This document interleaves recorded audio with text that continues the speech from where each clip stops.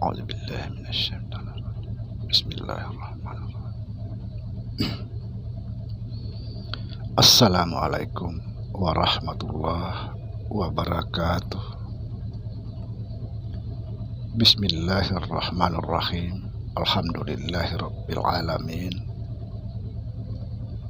Asyhadu an la ilaha illallah wa asyhadu anna Muhammadar Rasulullah.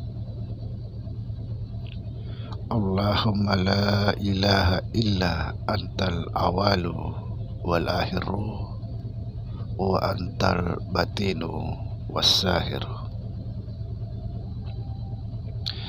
Saudara-saudara yang saya cintai dimanapun berada, semoga senantiasa dalam bimbingan Allah Subhanahu wa Ta'ala, diberikan rahmat kesehatan jasmani dan rohani, rahmat ilmu, yaitu ilmu-ilmu yang bermanfaat dunia dan akhirat, rahmat rezeki, serta rahmat panjang umur. Amin, amin ya rabbal alamin.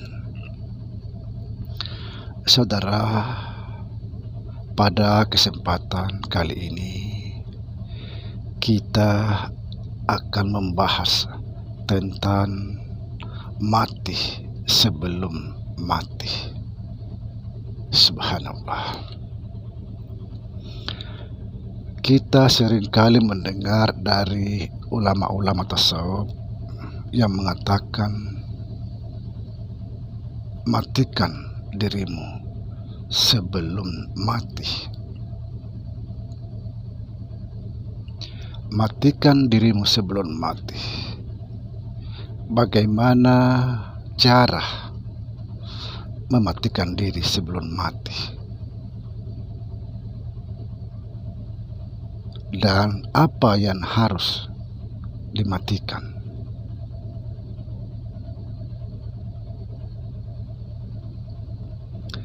Saudara, perlu diketahui bahwa yang harus dimatikan adalah sifat maknawi atau sifat maknawiyah. Ini yang harus dimatikan. Itulah sebabnya mati sebelum mati itu disebut mati maknawiyah. Subhanallah. Lalu apa yang disebut sifat maknawi atau maknawiyah? Perhatikan saudara, supaya kita betul-betul memahami jalan ini. Saudara, jasad kita ini sebelumnya tidak bisa berbuat apa-apa, tidak bisa. Lalu kemudian Allah Subhanahu wa Ta'ala meniup roh ke dalam jasad kita ini. Allah Subhanahu wa Ta'ala meniup roh dari jasad kita ini. Roh itu daripada Allah Subhanahu wa Ta'ala. Roh itulah yang sebenarnya membawa 7 sifat. Sekali lagi, roh itulah membawa 7 sifat Allah, yaitu kodrat, iradat, ilmu, hayat, sama, basar, kalam. 7 sifat. Atau disebut kuasa, kehendak, ilmu, hidup, mendengar, melihat, dan berkata-kata. Tujuh sifat ini dari Allah Subhanahu wa Ta'ala disebut sifat ma'ani. Disebut sifat ma'ani.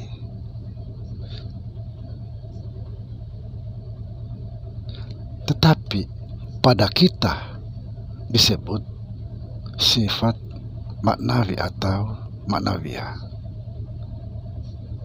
Saya perjelas sekali lagi. Tujuh sifat ini dari Allah Subhanahu wa Ta'ala disebut sifat ma'ani.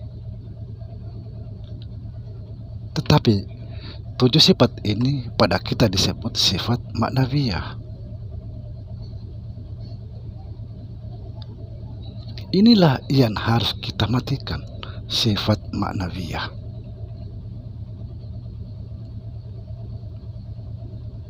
Kita matikan. Artinya kita tutup semuanya, seperti pendengaran, penglihatan, pencium, perkataan, dan lain sebagainya. Kita tutup. Yang kita aktifkan atau hidupkan adalah sifat ma'ani, yaitu tidak ada yang mendengar, yang melihat, tidak ada yang berkata-kata, tidak ada yang kuasa, tidak ada yang berkehendak, tidak ada yang hidup kecuali Allah. Kita tidak punya apa-apa lagi. Subhanallah.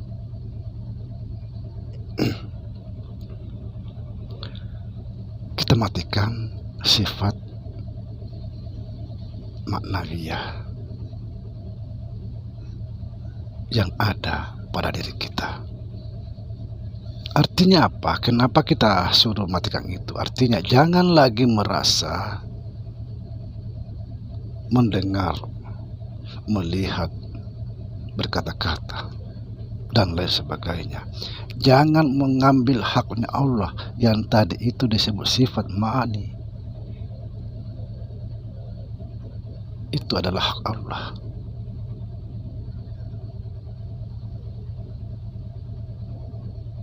Mari kita betul-betul belajar, saudara.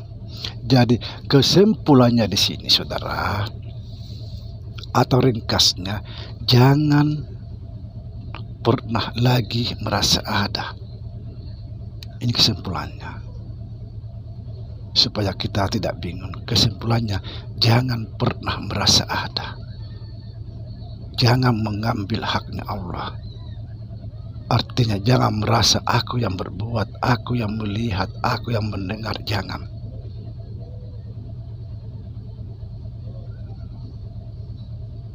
Kenapa? Karena kita tadi sudah menutup atau mematikan sifat maknawiyah, menutup semua pendengaran kita, penglihatan kita, pencium kita, perkata-kataan kita, dan lain sebagainya. Kemudian mengaktifkan atau menghidupkan semua pendengaran Allah.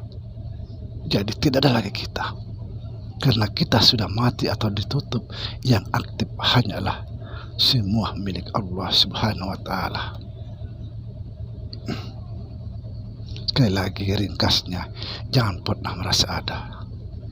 Kalau kita sudah tidak lagi merasa ada, maka otomatis tidak lagi kita merasa berbuat, tidak lagi kita merasa mendengar. Apa yang mendengar? Karena kita sudah tidak ada.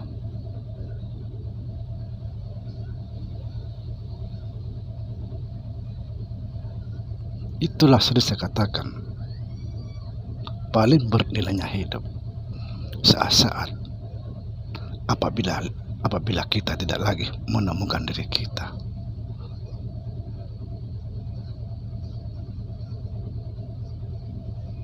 Sebaliknya, apabila kita masih menemukan diri kita, kita tidak akan bisa mencapai Allah. Artinya apa? Kalau kita masih menemukan diri kita, kita tidak mungkin bisa melihat Allah.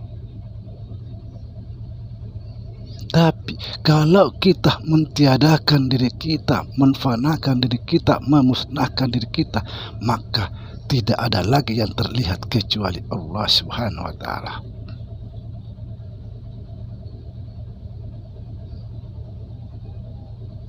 jangan lagi pernah merasa ada, saudara.